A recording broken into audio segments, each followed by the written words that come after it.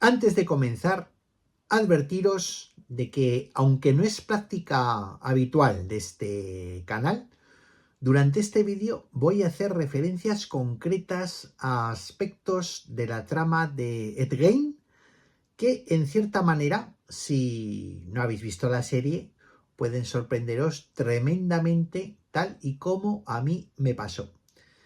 Es decir, que voy a hacer algún que otro mínimo, eso sí, spoiler. Por cierto, qué palabra tan fea esta de spoiler. Bueno, que desvelaré algunas cosillas de Endgame, o como a mí me gusta llamarla, Endgame Netflix. Así que advertidos quedáis.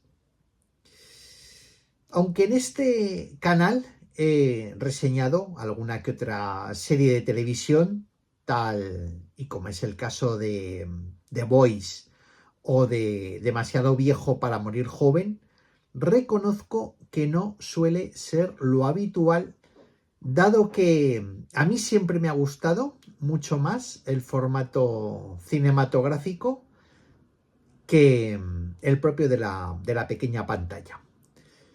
Tradicionalmente, antes de la más o menos reciente llegada de las plataformas, había que esperar semana tras semana a una hora y un día determinados para poder disfrutar del capítulo correspondiente de la serie de turno.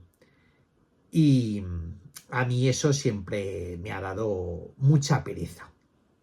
Lo cual no quiere decir que no haya visto series pues como Twin Peaks, como Breaking Bad o como El Pingüino, por no citar La Casa de la Pradera, El Coche Fantástico o la maravillosa Mazinger Z. En Netflix, por ir ya centrando un poco el tema del vídeo, he disfrutado de series estupendas como Érase una vez el Oeste o El Juego del Calamar. Y por supuesto, Monstruo, dedicada a perturbadores asesinos, tal y como fue el caso de la historia de Light y Eric Menéndez, y sobre todo la tremenda Dahmer, dedicada al carnicero de Milwaukee. Pues bien, en esta ocasión Netflix y Monstruo han apostado por Endgame, y tengo que reconocer que me llamó mucho la atención el hecho de que la serie en cuestión estuviera conformada por 8 episodios de cerca de una hora de duración. Es decir, unas 8 horas, más o menos, de metraje, o lo que es lo mismo, una super película basada en este personaje. Digo esto porque, a pesar de que algunos aspectos conocidos de la historia verídica de Endgame son tremendamente grotescos y tremendamente macabros, Endgame no perpetró tantos crímenes como otros asesinos, por lo que, como digo, me llamaba la atención que la serie fuera tan larga. De hecho, de Endgame existe una película anterior de duración más o menos estándar, dirigida por Chuck Parello, y que precisamente ganó el Festival de Sitges en el año 2000. Una película que también se titulaba Endgame, muy interesante, más cercana al drama que al horror, que basaba buena parte de su eficacia en la interpretación de un soberbio Steve Reisbach, quien, por cierto, también obtuvo el premio en Sitges al mejor actor. Pero, a diferencia que la serie de Netflix, esta película proponía un acercamiento, como os digo, realista a la figura de Endgame, retratando una persona con problemas mentales, rodeada de un ambiente rudo, propio de la América profunda, que obviamente contribuyeron a que de manera bastante impulsiva cometiera, si no me falla la memoria, 2 crímenes. Todo lo demás en lo que esta película de Chuck Palahniuk, como digo, tampoco profundiza demasiado, es lo que normalmente más llama la atención del caso de Ed Gein, lo relacionado con sus tendencias necrofílicas y sobre todo el usar cadáveres para sus extraños rituales, llegando a utilizar cráneos como cuencos y a fabricar mobiliario con piel y con restos óseos. Si queréis conocer más del Ed Gein verdadero o de otros criminales verdaderamente escalofriantes, aunque obviamente esto no es para todos los públicos, os recomiendo leer este librito, insisto, si tenéis curiosidad, de Jesús Palacios, que creo que es ya un pequeño clásico de, vamos a decir, el ensayo criminológico de corte popular. Y bueno, pues yo creo que esta diferencia tiene que quedar clara a la hora de abordar la espectacular versión de Netflix. Es decir, que una cosa es el Ed Gein real y otra cosa es el Ed Gein de Netflix. Y aquí es donde precisamente a mí la serie me ha ganado. Y me ha ganado por completo. Los creadores de Ed Gein Netflix, vamos a llamarla así, han cometido el acierto, para mí el acierto, de plasmar no una realidad, sino una construcción de carácter cultural. Os pongo un par de ejemplos que nada tienen que ver con Ed Gein para ir entrando en materia y para que se entienda mejor lo que quiero decir. El primero, el fenómeno de la librería Leyo en Oporto, que tuvo que cambiar drásticamente su negocio porque a los fans de la saga de novelas de Harry Potter se les ocurrió relacionar la preciosa librería, que es una librería muy bonita, de estilo, creo que es neogótico, con ciertos espacios de las creaciones de las novelas de J.K. Rowling. Nada que ver con la realidad. La autora de Harry Potter se inspira en la dicha librería para crear su popular saga. Es algo totalmente desmentido por la propia J.K. Rowling, lo cual no quiere decir que el fenómeno no exista. Como construcción cultural o construcción cultural popular. El segundo ejemplo, muy interesante, del que fui testigo directo este mismo verano.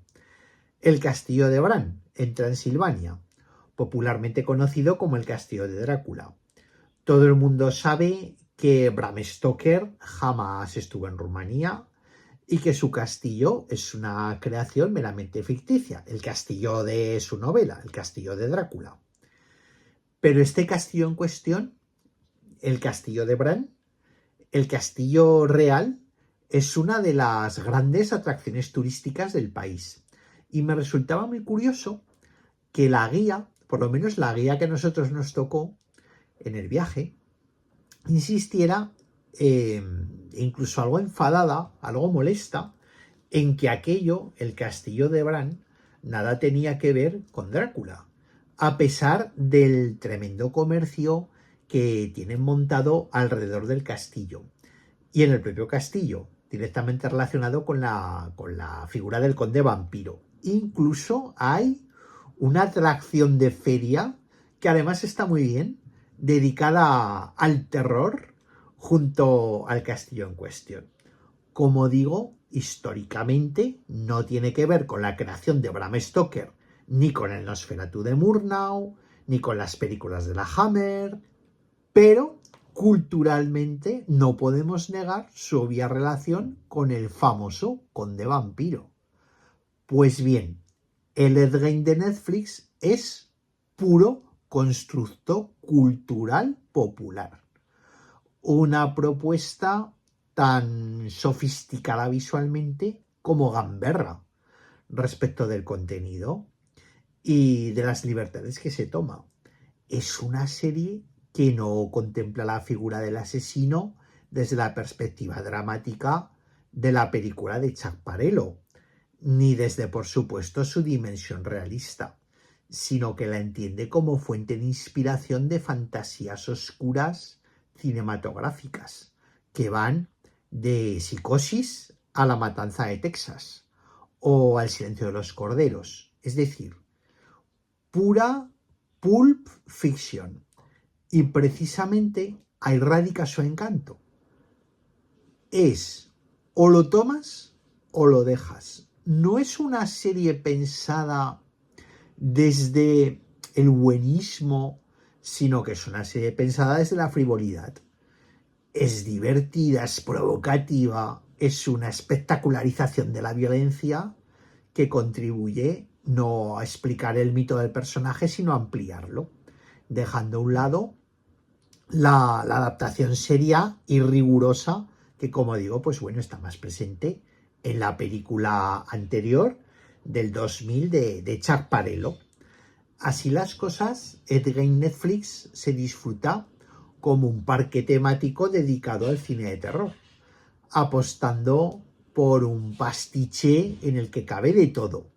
Está Hitchcock, está Anthony Perkins, está Robert Bloch, sale Tom Hopper, sale Gunnar Hansen, sale Jonathan Demme. No interesan los motivos que configuran al monstruo, sino el monstruo como creador de motivos, los cuales además, si nos ponemos así como muy serios, muy estupendos, muy rigurosos, pues tampoco serían del todo ciertos. Se basan, una vez más, en muchas leyendas, yo diría que casi leyendas urbanas, asumidas por los propios fans del género.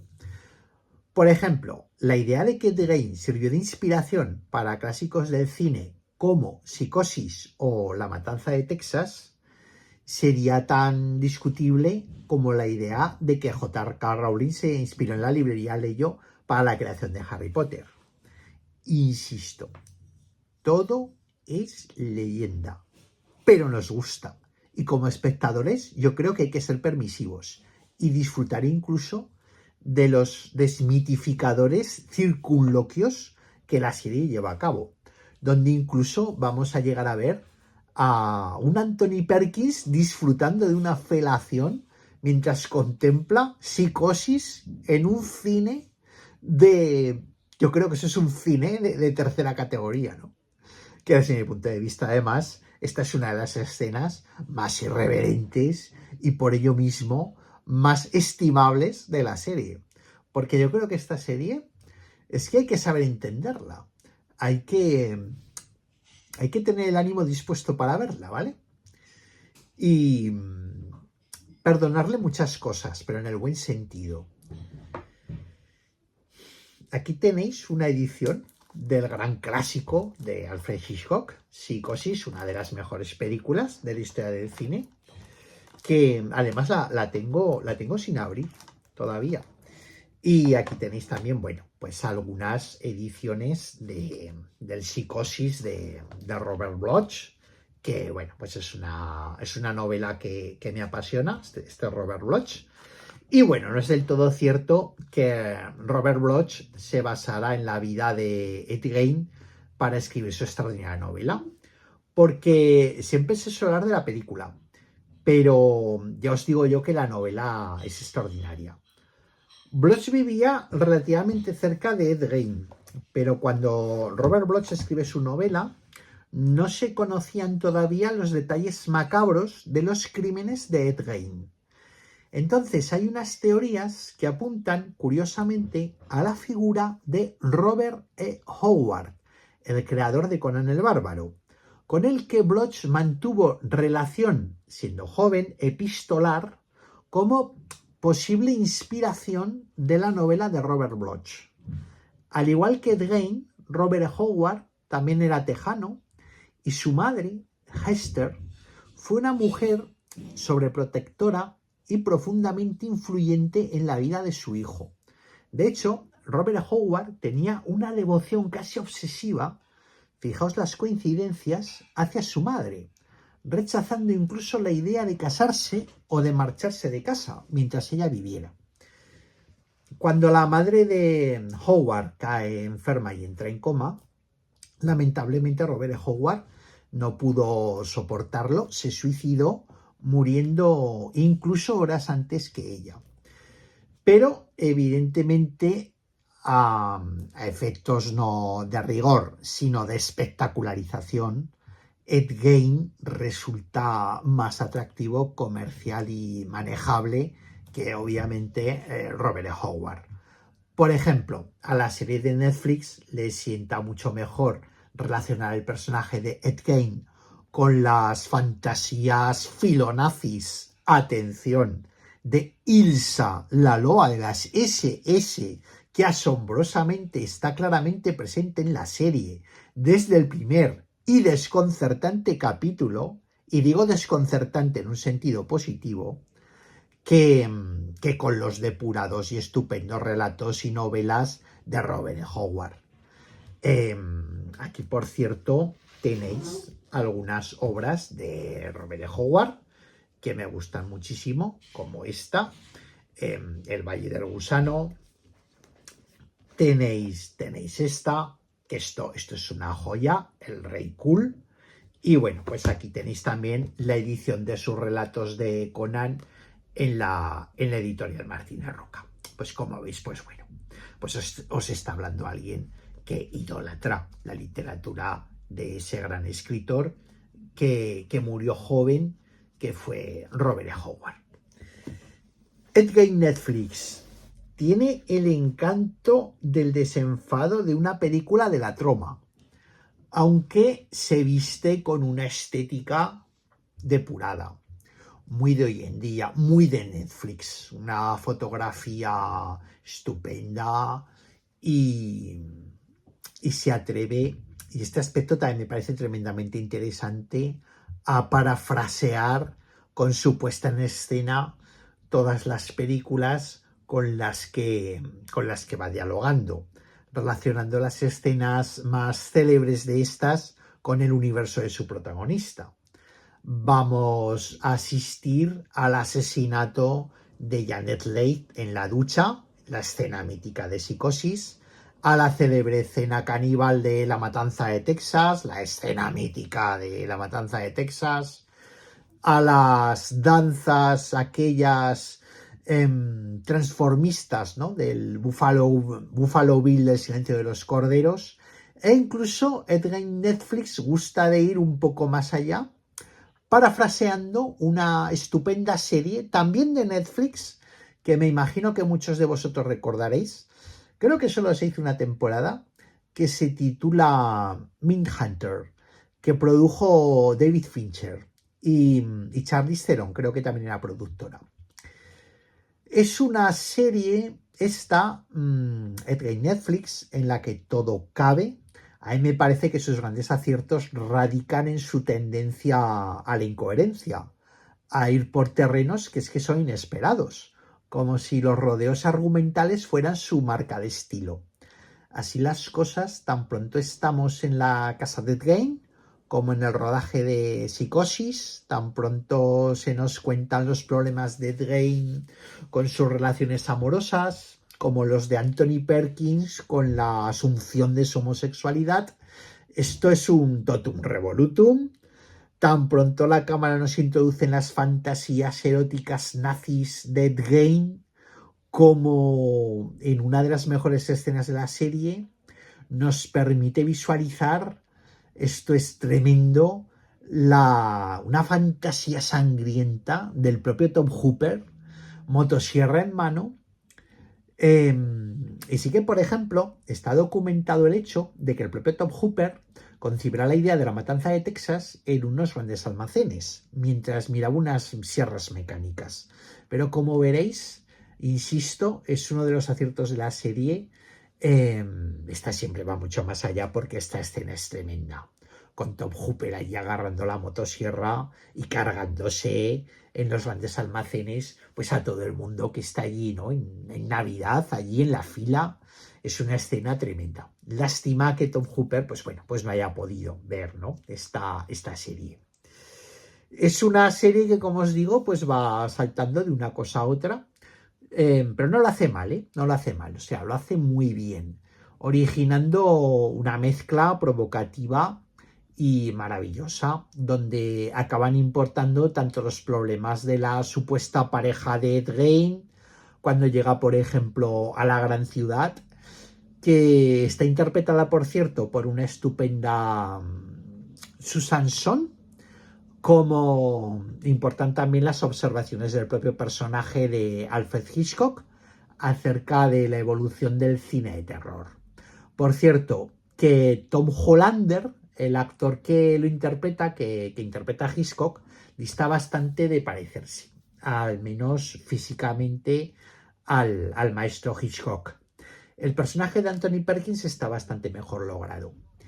Y llega un punto en el que su desenfreno, el desenfreno de esta serie, es tal que incluso no duda en introducir en la trama a otros asesinos como Ted Bundy, como Richard Speck, o incluso aparece por ahí Charles Manson. En resumidas cuentas, es una serie, es muy recomendable y es altamente disfrutable siempre y cuando se sepan dejar los prejuicios y las manías fuera.